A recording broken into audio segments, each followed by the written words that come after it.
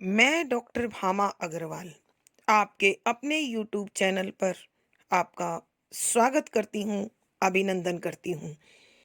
आइए प्यारे बच्चों, आज हम तुलसीदास द्वारा रचित कवितावली उत्तरकांड से विविध भाव चित्र शीर्षक सवैयों का अध्ययन करते हैं।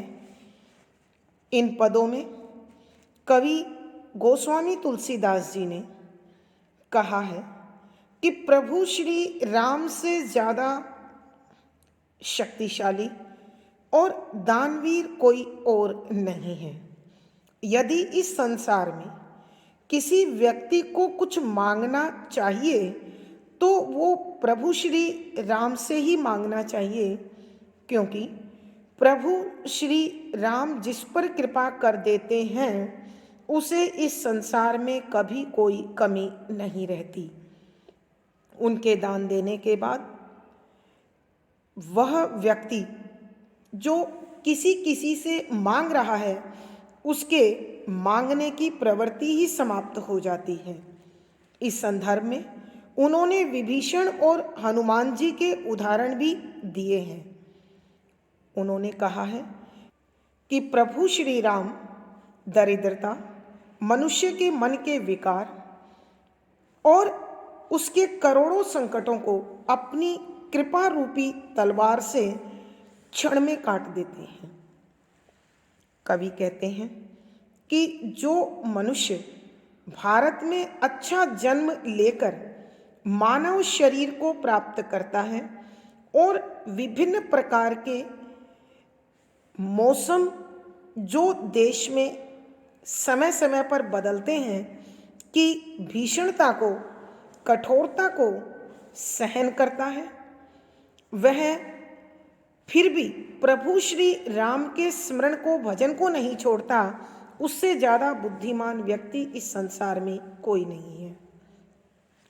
कवि यह भी कह रहे हैं कि इस संसार में यदि मैं किसी भी व्यक्ति से किसी प्रकार का कोई रिश्ता रखना चाहता हूँ तो उसकी पहली शर्त वह प्रभु श्री राम का भक्त होना चाहिए, क्योंकि अगर कोई व्यक्ति ऐसा नहीं है तो उसे इस संसार में जीवन निरर्थक व्यर्थ करने के सिवा कुछ नहीं किया है।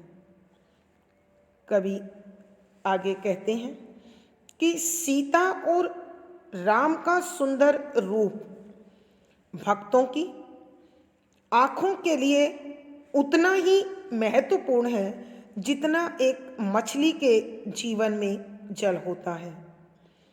और कवि बता रहे हैं कि इस संसार में सभी ऋषि मुनियों ने, ज्ञानी ध्यानियों ने, मनीषियों ने यह बात अच्छी तरह से जांच ली है, परख ली है, पहचान ली है कि वही इस संसार की परम शक्ति है जो प्रभु श्री राम के नाम से जाने जाते हैं। अन्यथा यह संसार केवल दुखों का घर और मिथ्या जाल जंजाल है। और जो व्यक्ति प्रभु श्री राम को छोड़कर इस मोह माया के जाल जंजाल में फंसता है वह महामूर्ख है। प्रभु श्री राम की दयालुता का वर्णन करते हुए कवि कहते हैं कि जो व्यक्ति प्रभु श्री राम की कृपा का पात्र है उसे संसार में कभी कोई अनिष्ट या कष्ट झेलना नहीं पड़ेगा। संसार का कोई भी तत्व उसे कोई हानि नहीं पहुंचा सकता। खुद का उदाहरण प्रस्तुत करते हुए कहते हैं कि मेरा जन्म होते ही मेरे माता पिता ने मुझे त्याग दिया और विधाता ने भी मेरे भाग्य में कोई अच्छा काम नहीं लिखा। मैं इस संसार में अपमानित हुआ और अपना पेट भरने के लिए कुत्ते की भांति ललायित दृष्टि से दाता की ओर देखने लगा।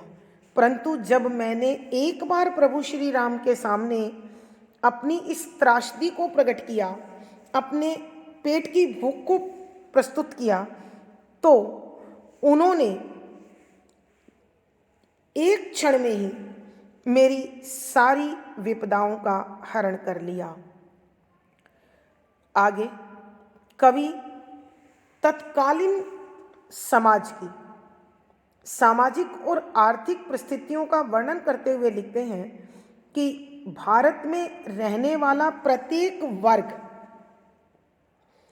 चाहे वो ऊंचे से ऊंचा कर्म कर रहा है अथवा अपना पेट भरने के लिए निकृष्ट कर्म कर रहा है, तो सब एक ही चीज की दौड़ में दौड़ रहे हैं, वो है मनुष्य का पेट और पेट की भूख। इसका स्वरूप बताते हुए कवि कहते हैं कि समुद्र में लगने वाली आग भी पेट की आग के सामने छोटी है, और इस आग को प्रभु श्री राम अपनी कृपा से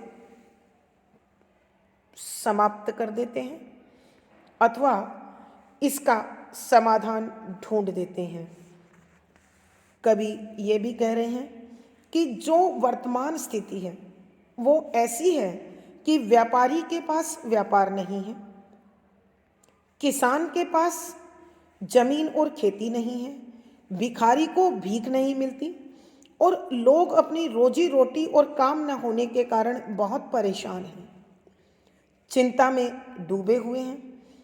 तो कवि प्रभु श्री राम से विनती करता है कि वेदों, पुराणों और संसार के व्यवहार में यह बात स्पष्ट हो गई है कि संकट के समय में प्रभु श्री राम की कृपा सबसे बड़ी शक्ति है। अतः इस शक्ति को स्वीकार करते हुए कवि चाहते हैं कि कलयुग में मनुष्य को अपने दुखों से निजात पाने के लिए केवल और केवल प्रभु श्री राम की शरण में जाना चाहिए। एक साधारण सा रास्ता, पूर्ण विनम्रता के साथ भाव समर्पण और अपने जीवन की बागडोर उनके हाथों में सौंप देना मानव के हर कष्ट की मुक्ति का एकमात्र साधन है। कवि कहते हैं, मैंने तो इस साधना को स्वीकार कर लिया है, अब संसार के लोग मेरी वंदना करें या मेरी निंदा करें, मुझे भला कहें अथवा बुरा कहें, मुझे इस बात से कोई लेना देना नहीं है और ना ही कोई फर्क पड़ता है। तो अपने इसी प्रकार के भावों को कवि इन अगले पदों में स्पष्ट करते हैं, सवैयों में स्पष्ट करते हैं। पद संख्या 5। झूठो है झूठो सदा जगू, संत कहंत जे अंतु लहा है, ताको सहेसठ संकट कोटिक, काढ़त दंत करंत हाहा है, जान पनी को गुमान बड़ो, तुलसी के विचार गवार महा है, जान की जीवनु जान न जान्यो, तो जान कहावत जानो कहाँ है। प्रसंग। प्रस्तुत पद हमारी हिंदी की पाठ्य पुस्तक मध्यकालीन काव्य कुंज में संकलित गोस्वामी तुलसीदास जी द्वारा रचित कवितावली उत्तरकांड से विविध भाव चित्र के अंश स्वरूप लिया गया है। संदर्भ। इस पद में कविवर बताना चाहते हैं कि संसार में अनेक ज्ञानी, ध्यानी, मनीषी होने का दावा करते हैं, और कवि कहते हैं कि यदि किसी व्यक्ति ने चाहे कितने ही वेद शास्त्रों का अध्ययन कर लिया हो, कितना ही बड़ा विद्वान वह क्यों न हो, लेकिन यदि उसने प्रभु श्री राम को न जाना तो उसका सारा ज्ञान थोथा है, निरर्थक है, व्यर्थ है, सारहीन है। सारे ज्ञान को पूर्ण करने वाले प्रभु श्री राम को यदि किसी ने जान लिया तो फिर उसे अन्य किसी ज्ञान की आवश्यकता नहीं है। कविवर इसी प्रकार के भावों को स्पष्ट करते हुए इस सवैये में लिखते हैं कि व्याख्या, शब्दों के अर्थ साथ साथ झूठो है झूठो सदा जगूं, झूठो मिथ्या अर्थात सार तत्व से रहित, सदा हमेशा से, जगू संसार, संत सत्य प्रवृत्ति के लोग, सज्जन लोग, ज्ञानी लोग। कहंत कहते हैं जे जिन्होंने अंतु यानी संसार का पूर्ण सत्य लहा है अर्थात पहचान लिया है, जान गए हैं। कि कवि तुलसीदास जी कहते हैं कि ऐसे साधु संतों ने, सन्यासियों ने, ऋषि मुनियों ने, मनीषियों ने, जिन्होंने संसार का पूर्ण सार तत्व को समझ लिया है, पहचान लिया है, उन्होंने बताया है कि यह सारा संसार मिथ्या है, सारहीन है, व्यर्थ है, निरर्थक है, केवल मोह माया मात्र है। ताको सही सठ, ताको उसको यानी इस प्रकार के मिथ्या मोह माया से ग्रस्त संसार को सही सहन करता है। सठ मूर्ख, संकट मुसीबतें कोटिक करोड़ों काढ़त निकालता है। दंत दांत करंत करता रहता है। हह चापलूसी खुशामद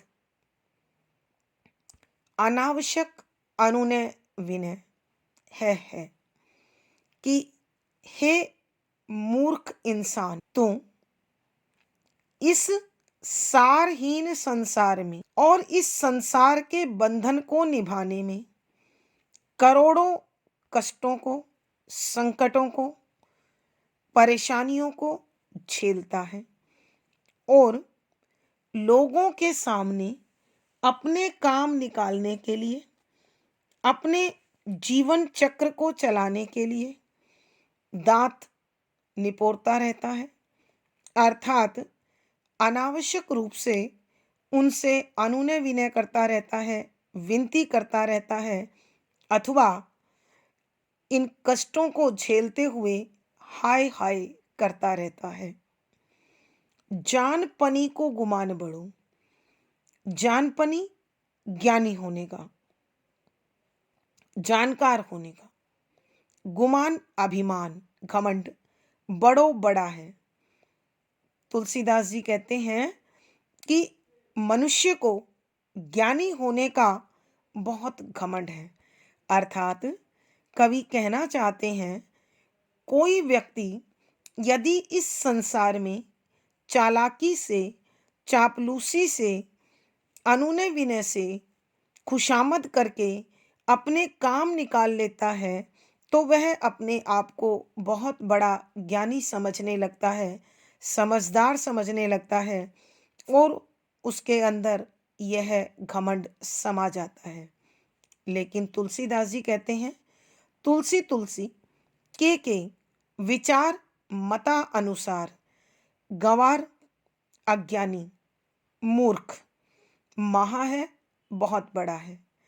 कि ऐसा व्यक्ति तुलसी जी की दृष्टि में बहुत बड़ा मूर्ख है, क्योंकि जानकी जीवनु जान न जान्यो, कि जानकी जीवनु सीता जी के जीवन का आधार, जान जाना, न नहीं जान्यो जानकारी प्राप्त की।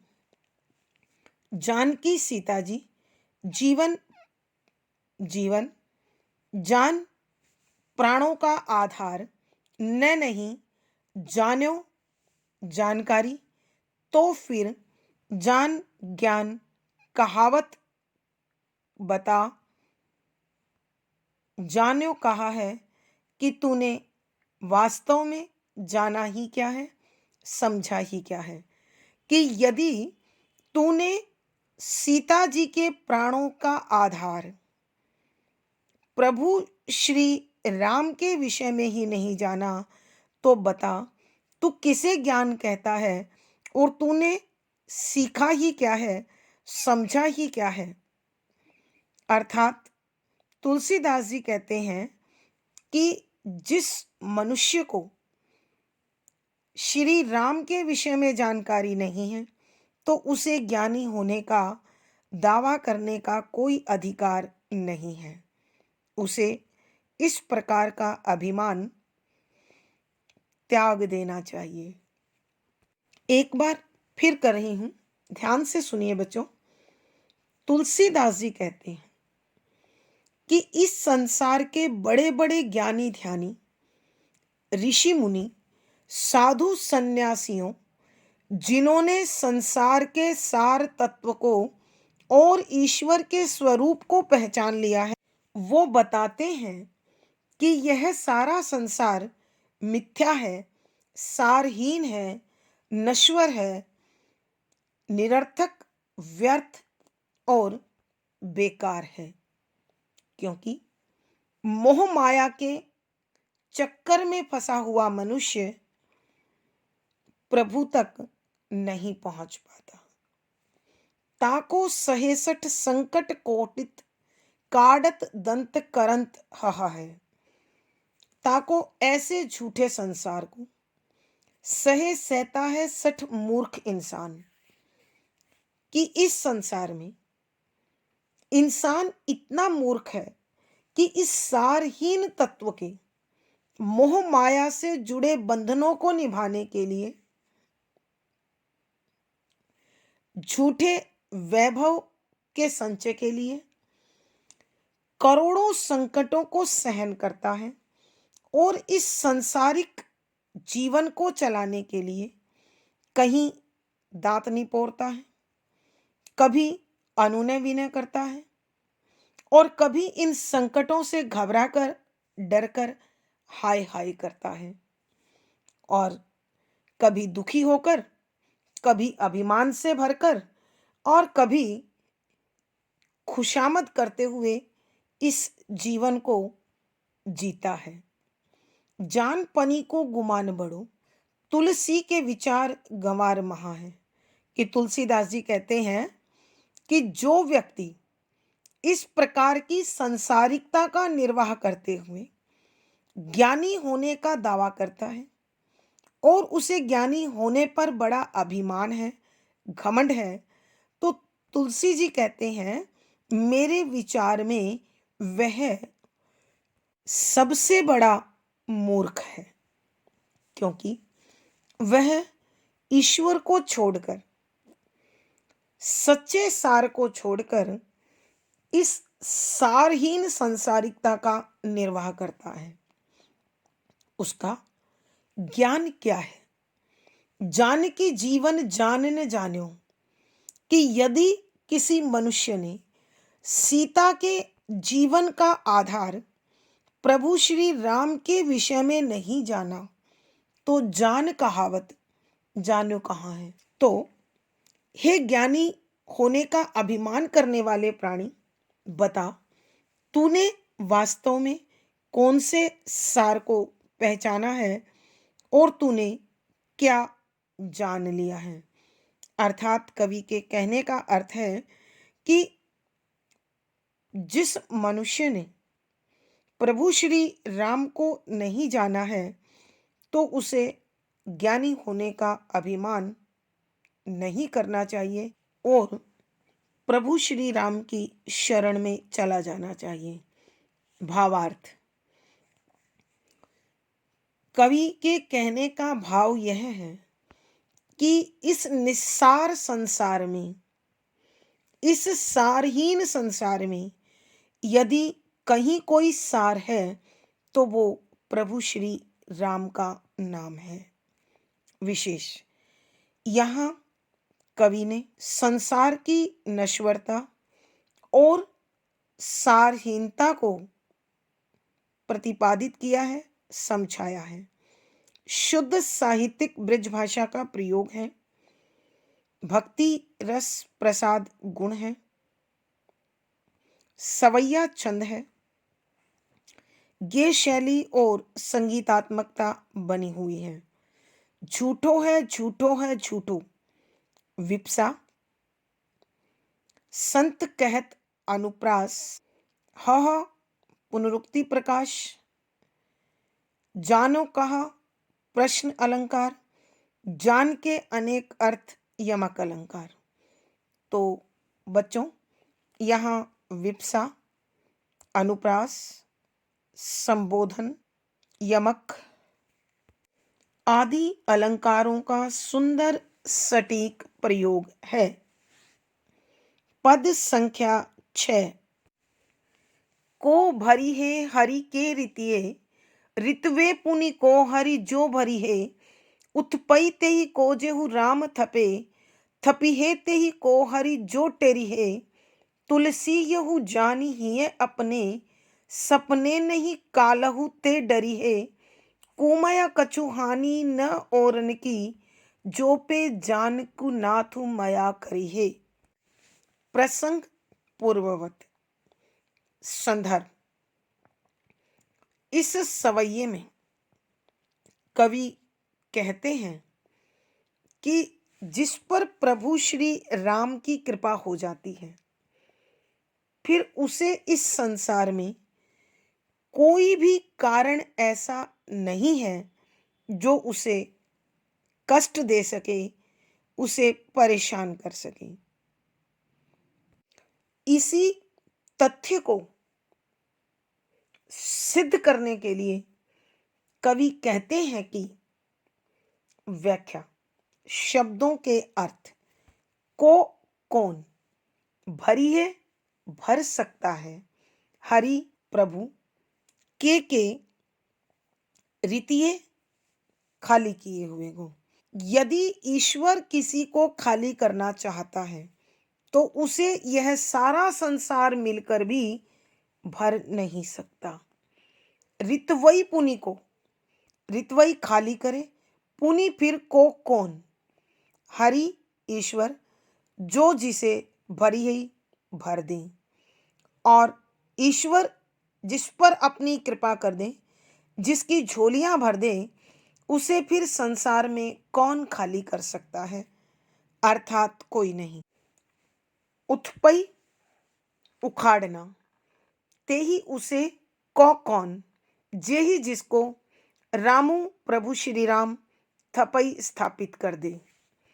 कि जिस तत्व को प्रभु श्री राम स्थापित कर दें, उसे भला कौन उखाड़ सकता है। थपिए ते ही को, थपिए स्थापित करे, ते ही उसको को कौन। हरि ईश्वर जो जिसे टेरिए बुला रहे हैं, कि उसे फिर कौन स्थापित कर सकता है या उसे कौन रोक सकता है, जिसे स्वयं प्रभु मिटाना चाहते हों, हटाना चाहते हों, समाप्त करना चाहते हों। तुलसी यहु जानी ही अपने। तुलसीदास जी, यहु यह जानी जान लीजिए, ये हृदय अपने अपने में। सपने सपने में। नहीं नहीं कालहु यमराज ते से डरिए डरिए। कि तुलसीदास जी कहते हैं, हे प्राणी, तू अपने हृदय में यह बात अच्छी तरह से बैठा ले, अच्छी तरह से समझ ले कि प्रभु जिस पर कृपा कर देंगे उसे कोई कष्ट नहीं हो सकता, और उसे स्वयं यमराज से भी सपने में डरने की जरूरत नहीं है। अर्थात स्वप्न में आकर भी यमराज उसे डरा नहीं सकते हैं। कुमया बुरा समय, क्रोध, गुस्सा अथवा अन्य विकार, कछु कुछ भी हानि नुकसान न नहीं औरन दूसरों के करने पर हो सकती है। जो जिस पय पर जानकी नाथ सीता के स्वामी प्रभु श्री राम माया दया करिए करते हैं कि हे प्राणी, तू इस बात को अपने हृदय में अच्छी तरह से समझ ले कि जिस पर प्रभु श्री राम दया करते हैं, उन्हें सपने में भी यमराज तक से डरने की जरूरत नहीं है। जिस पर प्रभु की कृपा हो जाती है, उसका किसी का भी क्रोध, बुरा समय अथवा अन्य किसी कारण से कोई नुकसान नहीं हो सकता। एक बार फिर इस सवैये की व्याख्या कर रही हूं, ध्यान से सुनिए। तुलसीदास जी कहते हैं, जिसे ईश्वर खाली करना चाहे, उसे संसार में कौन भर सकता है। रितवई पुनि को हरि जो भरिए। और जिसे ईश्वर भरना चाहते हैं और भर देते हैं, उसे फिर कौन खाली कर सकता है। उत्पई ते ही कोजे ही राम थपी, कि जिसे राम स्थापित कर दें, उसे भला कौन उखाड़ेगा। थपी है ते ही को हरि जो टेरियई, और उसे कौन स्थापित करेगा जिसे स्वयं प्रभु बुलाना चाहें, हटाना चाहें अथवा मिटाना चाहें। तुलसी यहु जानी ही अपने। तुलसीदास जी कहते हैं कि हे प्राणी, तू इस बात को अपने हृदय में अच्छी प्रकार से समझ ले, सपने नहीं कालऊ ते डरिए, कि सपने में भी तुझे यमराज से भी नहीं डरना चाहिए। कुमया कछुहानी न ओरन की, समय कितना भी बुरा हो और किसी को कितना भी क्रोध हो, गुस्सा हो, तो भी तुझे कोई नुकसान नहीं हो सकता। जो पे जानकी नाथु माया करिए, कि जिस पर प्रभु श्री राम की दया हो जाती है, फिर उसे संसार का कौन सा डर डरा सकता है और कौन सा क्रोध उसकी हानि कर सकता है। अर्थात प्रभु श्री राम की जिस पर कृपा हो, उसे संसार में कोई कष्ट, कोई हानि, कोई भय हो ही नहीं सकता है। भावार्थ, कवि के कहने का भाव यह है कि मानव को निडर होकर, निर्भय होकर प्रभु श्री राम की भक्ति करते हुए उसके हाथों में अपने जीवन की डोर सौंप देनी चाहिए। विशेष यहाँ प्रभु श्री राम की अनन्य भक्ति करने का संदेश दिया गया है। शुद्ध साहित्यिक ब्रज भाषा का प्रयोग है। भक्ति रस प्रसाद गुण है। सवैया छंद है। गेय शैली और संगीतात्मकता है। इस सवैये में को, प्रश्न, खाली को भरना, उखाड़े हुए को स्थापित करना, एक से अधिक कार्य उल्लेख, सपने नहीं कालौते डरिए संदेश और दृष्टांत, जानकी नाथु पद मैत्री, यानी इस पद में अनुप्रास, प्रश्न, पद मैत्री, दृष्टांत, संदेश आदि अलंकारों का अत्यंत सुंदर सटीक प्रयोग हुआ है। प्यारे बच्चों, इस वीडियो में इतना ही। पिछली वीडियो का लिंक आपको यहाँ पर मिल जाएगा। यह अच्छी प्रकार से समझ आ गया होगा। कमेंट बॉक्स में मुझे लिखकर बताएं। वीडियो को लाइक करें, शेयर करें और चैनल सब्सक्राइब करें। धन्यवाद। आपका दिन और जीवन मंगलमय हो। इसी शुभकामना के साथ आभार। धन्यवाद।